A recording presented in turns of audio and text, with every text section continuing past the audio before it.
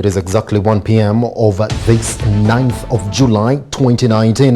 My name is Simbalaji Charles Kiange. Welcome to Metropol News at 1. These are the news. The banking sector is now relying on thorough background checks on potential borrowers to reduce the rising non-performing loans in the country. According to the Director of Research and Policy at the Kenya Bankers Association, Jared Osoro, the portfolio for non-performing loans remains high, amounting to 12% of gross loans in the year 2018, calling for affirmative action from the sector. He made these remarks at the official launch of the 2019 State of the Banking Industry Report in Nairobi. All right, let's cross over. Therefore, East Africa Community member states have been urged to change their mindset about each other and foster better relationships so as to enable growth of East Africa integration. East Africa Community Deputy Secretary General Christopher Bazimo says the growth of the integration has slowed since its inception due to this disunity among members and lack of trust, hence getting in the way of integration agenda, which is to enable free movement of goods and citizens of member countries. All right, we shall have details of that story in just a few moments. Well, with just a month since the introduction of the new generation currency into the Kenyan economy, experts say it is too early to predict the effect of the demonetization drive by the Central Bank of Kenya. According to the CEO of I&M Bank, Kihara Maina, the economy is still at the adjustment stage, with the businesses and banks trying to put the right infrastructure in place to accommodate the new currency, adding that it's only after October 1st that the banks should anticipate any effect. So you will not really say that during this time when they've been exercising this drive for the demonetization of the 1,000 shilling currency, nothing has really happened, or do we wait and see? So it's still too early to say. I mean, we've only had a few weeks into it. There are still logistical issues that have to be dealt with. For example, all banks have to make sure they recalibrate their ATMs, their note counting machines. That takes a bit of time. They have to be done machine by machine.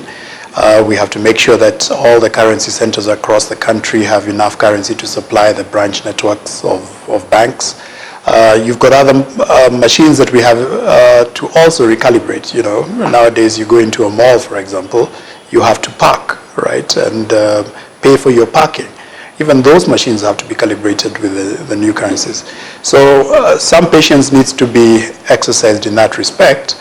But in terms of the intended goal as well from the demonetization, we are yet to see that. I think right now people are still understanding the rules that have been set. To be clear, any bank can actually exchange for members of the public up to certain limits, and the central bank then comes into play for limits above 1 million at the moment. So all of that needs to be understood, and I think people are first of all understanding that information. Then if they have money that they're holding, they know exactly where to go. The forthcoming 2019 National Population Census, slated for August 24th, will be conducted electronically, marking a shift from a manual-based counting system. The Kenya National Bureau of Statistics has said it will begin training of enumerators from next Monday in preparation for the exercise. Victoria Munga reports. Kenyans will once again undergo a census exercise. Only this time, the usual handwritten data will be history. The Kenya National Bureau of Statistics has disclosed that Moi University and the Jomo Kenyatta University of Agriculture and Technology are assembling 64,700 data capture devices at the cost of 15,000 each that will be used in this year's census. We are going to use for the first time a paperless census, a digital census, and my colleague is going to present the program. So we have designed and developed the program for the census. We have tested this program. First we tested it during the pilot in August. Then we have also gone further and had two pre-tests. One was done in April and the other one was done in June. And we are very confident about our data capture program. KNBS Director General Zachary Mwangi says the paperless process will accelerate enumeration process since real-time data will be sent to the center server from the time the exercise kicks off. This year's national census becomes the first under the devolved government, with the latest census having been conducted in 2009. At the time, Kenya's population stood at 38.6 million people. To prepare for this year's population count, the Statistics Bureau has scheduled a training for trainers, ICT supervisors and enumerators to begin next Monday to run until 21st August. The other area I wanted to mention is about the field census personnel.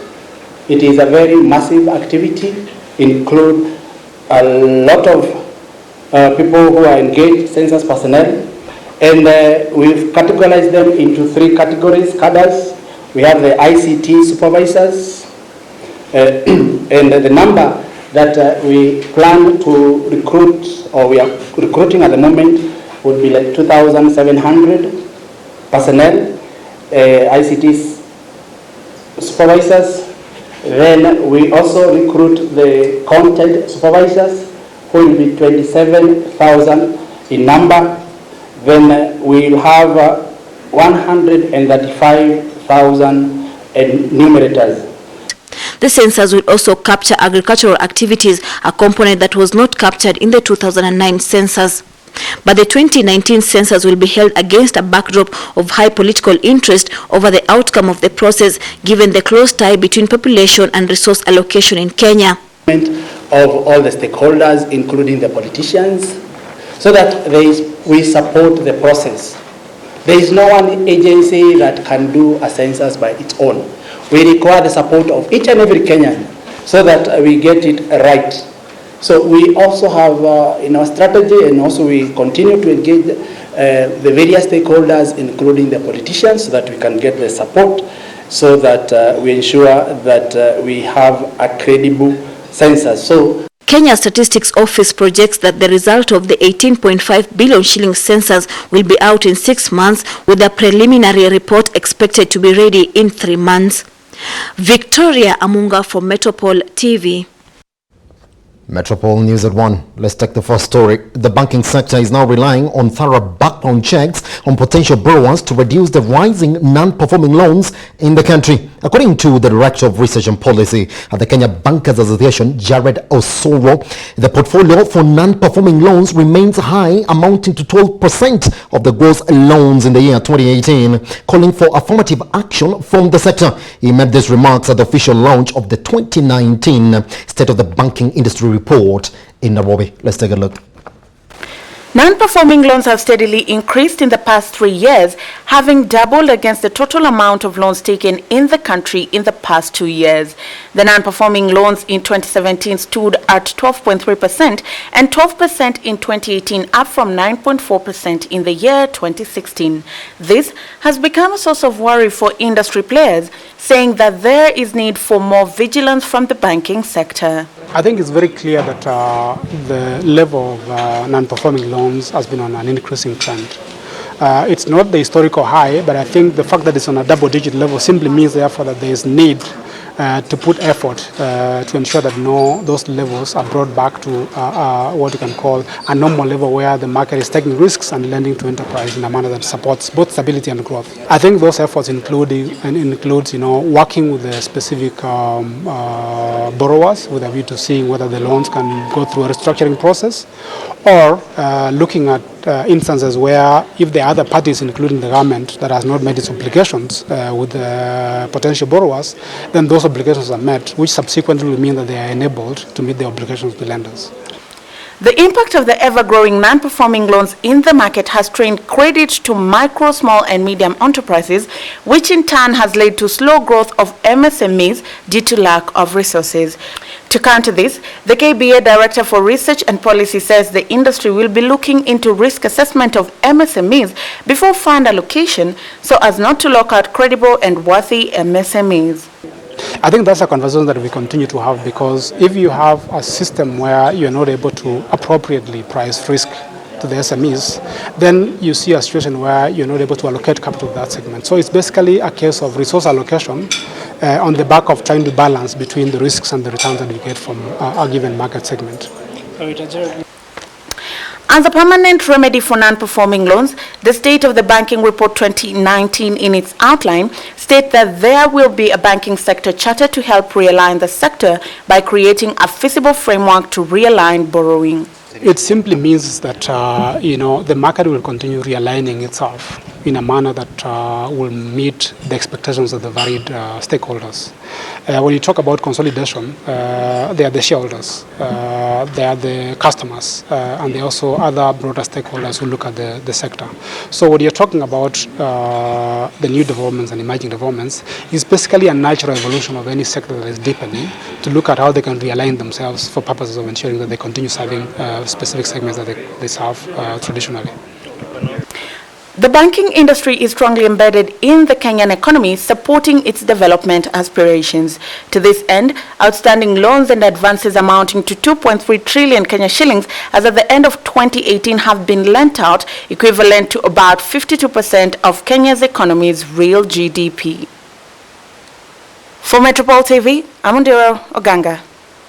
West Africa suffers the most inequalities on the continent, but many governments prefer to ignore problems despite economic growth. This is according to a report by Oxfam and Development Finance International. The report, titled West Africa Inequality Crisis, shows that 6 of the 10 fastest growing economies in Africa were in West Africa, with Ivory Coast, Ghana and Senegal among the world's 10 fastest growing economies. According to the report, in most countries, the benefits of this unprecedented economic growth have gone to a tiny few. Quote, inequality has reached extreme levels in the region, and today the wealthiest 1% of West Africans own more than everyone else in the region combined. End of quote. The report says the vast majority of West Africans are, quote, denied the most essential elements of dignified life, such as quality education, healthcare and decent jobs. In Nigeria, for example, the wealth of 5 richest Nigerian men combined stands at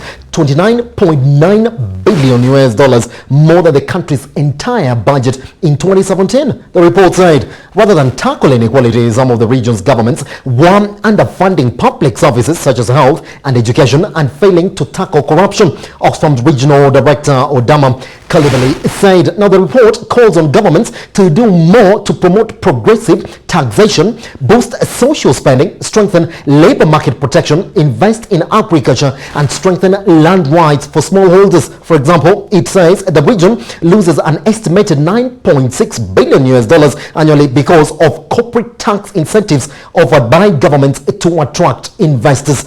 But not all governments are tackling inequality the same way. Cape Verde, Mauritania and Senegal are among the most committed to reducing inequalities, according to the report, while Nigeria, Niger and Sierra Leone were among the least.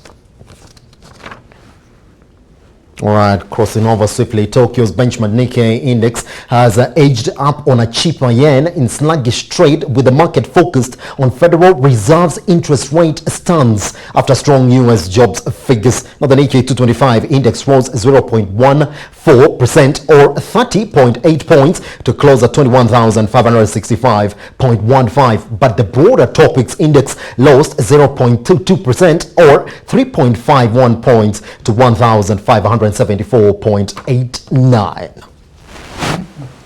Wall Street stocks fell for a second straight session on Monday as investors reassessed the prospects for lower interest rates following last week's strong jobs data.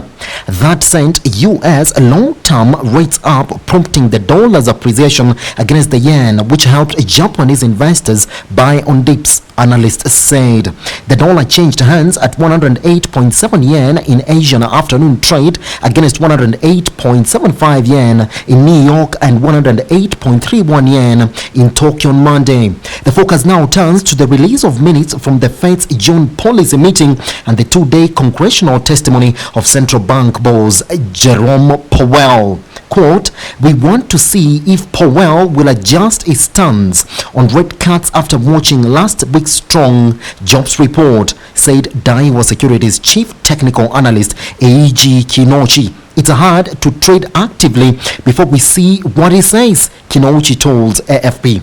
Tensions in the Middle East were among negative factors weighing on the market, analysts said. Iran on Monday breached a uranium enrichment cap set under the 2015 nuclear deal and warned Europe against taking retaliatory measures as France decided to send an envoy to Tehran to try to calm tensions. In Tokyo, oil sector shares were higher as oil refiner Idemitsu Kosan jumped 2.08% to 3,185 yen, with crude developer index up 0.66% at 964.1 yen. Automakers were among winners, with Honda rising 0.54% to 2,852.5 yen and Toyota up 0.39% at 6,915 yen.